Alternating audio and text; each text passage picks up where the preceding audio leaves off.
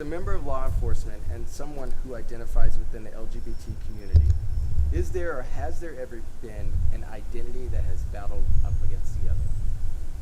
Oh, absolutely. I mean, on both sides, right? There's been myths that the queer community has had concerning law enforcement. There's also been plenty of myths that the law enforcement community has had over LGBTQ plus identified individuals as well. So, throughout my career, which spans nearly 3.5 decades, there's been a lot at different times, right? Either you couldn't do this job because you are queer identified, right? That was not what was accepted, versus, well, all cops are X, right? All cops are Y, and they're not, right? We're no different than anybody else. We're individuals. The same way that any other member of society is, regardless of how they identify, regardless of how they look, regardless of whatever their disabilities or abilities are, correct? We're all individuals. How has being an LGBTQ person within the community impacted your work in the line of duty? Oh, great question.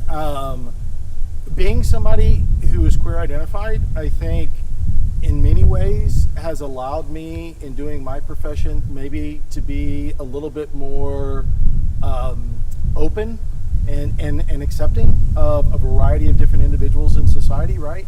I've learned so much doing this job over the decades, but definitely not taking things at face value and just allowing to get to know somebody and not necessarily judging somebody by their cover, but allowing that individual to reveal themselves to me should they wish over a period of time.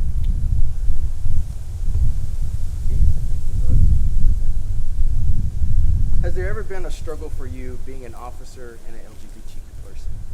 Oh, yeah, absolutely. I mean, you have to remember when I started in my profession back in 1987, it was illegal in the state of Texas to be gay. And as a matter of fact, most departments, quite a few departments, would ask that in your initial application.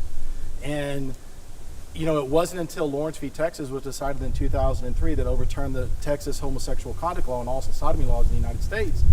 Many people that were queer identified were asked these questions not only in application, but oftentimes when they're hooked to a polygraph about whether or not they may be gay or not. And if you were, then you couldn't be in this profession, right? And not only was it not just for one particular agency, quite often that was a black mark on you that you carried throughout your entire existence if you ever wanted to serve the public in the capacity of a law enforcement officer. The offshoot of that is speaking about where you currently work now with your fellow officers, some of which are also in the community too. What does the environment speak to you? What does the environment say to you about what this facility used to be versus what it is right now? Sure, great question. So where we're at right now is the Center for Child Protection. That's where the offices of the Austin Police Department Child Abuse Unit is. This whole facility at one time was called the Austin State School for Boys, formed in 1938. And it was an institution where individuals who were diagnosed with mental illness were sent, male individuals, male youth.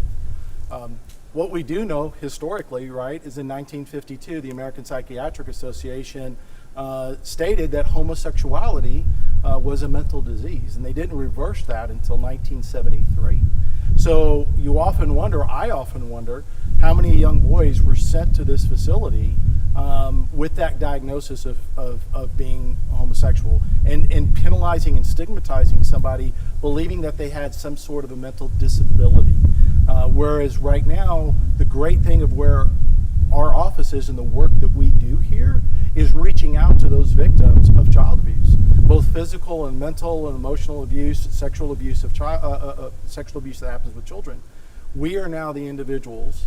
A queer identified sergeant is one of the individuals, as well as several other queer identified detectives, that are responsible for being that advocate for children, for doing those investigations that are challenging, and holding perpetrators accountable who have chosen to prey on the most innocent of the most innocent. And so I think it's a really interesting contrast to think, when you look through the prism of time, to where things were in 1978 to where things are right now in 2021.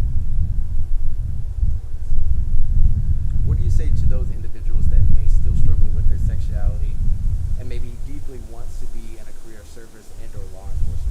You know what? I say be your authentic self. When it is right for you to be your authentic self. What I mean by that is your personal choice.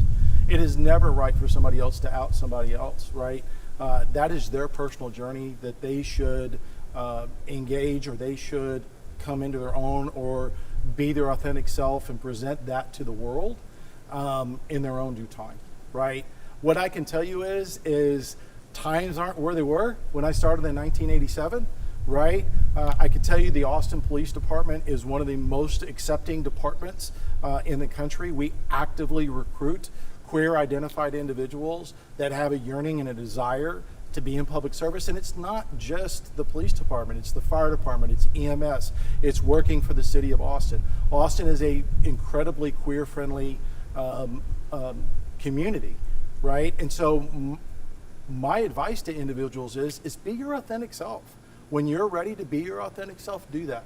Don't ever feel guilt or shame for being how you are, for being who you are, right? That's the beauty of the diversity that helps make our community such a vibrant tapestry, is that diversity that we have the opportunity of having. And I think the community here in Austin, and certainly the Austin Police Department, is somebody that openly welcomes that.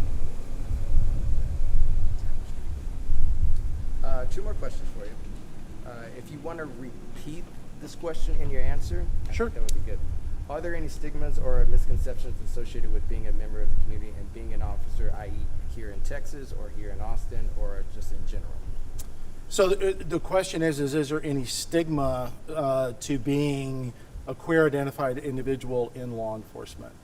You know, I've been very fortunate in the people that are here, but I'd be lying if I said there's not still bias, there's not still prejudice, right? Not everybody is the most accepting of individuals, and that's okay, okay? It's not my position or anybody else's position to change somebody's deeply held religious beliefs, right? And I'm not asking for acceptance, and I'm not asking that of our community, but what I am doing is I'm demanding respect, right? Every one of us is unique, every one of us is gifted, and every one of us just wants to be treated like a human being, no matter who we are. No matter how we look, no matter the color of our skin, no matter the size that we are, no matter what attributes are given to us by you know, our creator or whoever that is, right? It's just to be your authentic self. So yeah, is there still stigma? Absolutely. But what I have found over a period of time is when people actually get to know you, not behind a computer screen, not sitting here texting, not reading whatever comes through on social media, but actually having that conversation. Getting to look into somebody's eyes, getting to look into somebody and see who their authentic self is, see who that person is. It's kind of hard to still stay mad at somebody who just wants the same thing as everybody else. Just that equity, just that equality, just to be able to be treated like any other human being with dignity and respect. So there is stigma, but I think how we shatter those ceilings and how we change that is us just having a conversation and getting to know people. Finally, what is something the community should know that they may not know or think about when it comes to being an officer and someone that identifies as a queer person? You know, so I think what people should know is a couple of things, right? For 34 plus years, I've dedicated my life to this profession. Without a doubt, and I get emotional when I think about it, it has been one of the defining moments of who I am and what I've had the opportunity to do. Being able to be a public servant, to truly be there, to be that line that helps hold somebody accountable when they've harmed somebody else. Being able to be that comfort for somebody when the world is crumbling in around them and they don't know.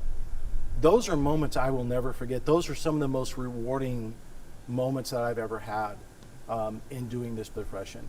And I think it's something that not a lot of other people are called to do, but if you are, I say go for it. Do it. Make that difference. Be that change that's in the world. Be that individual who's willing to answer that call and do those hard jobs that a lot of other people may not want to do, because it's truly, truly rewarding. as a gay man, what can I say? I started this profession when I couldn't be me. Here I am in Austin, Texas, on a Tuesday afternoon, having a conversation with somebody in the media about me and my experience, and not just me, but our community in doing this profession. This wouldn't have happened when I put on this badge 34 years ago. So things change, but they change when people demand that they want to be treated the same as anybody else. And you have other people that support you in that decision and support you in being who you truly are.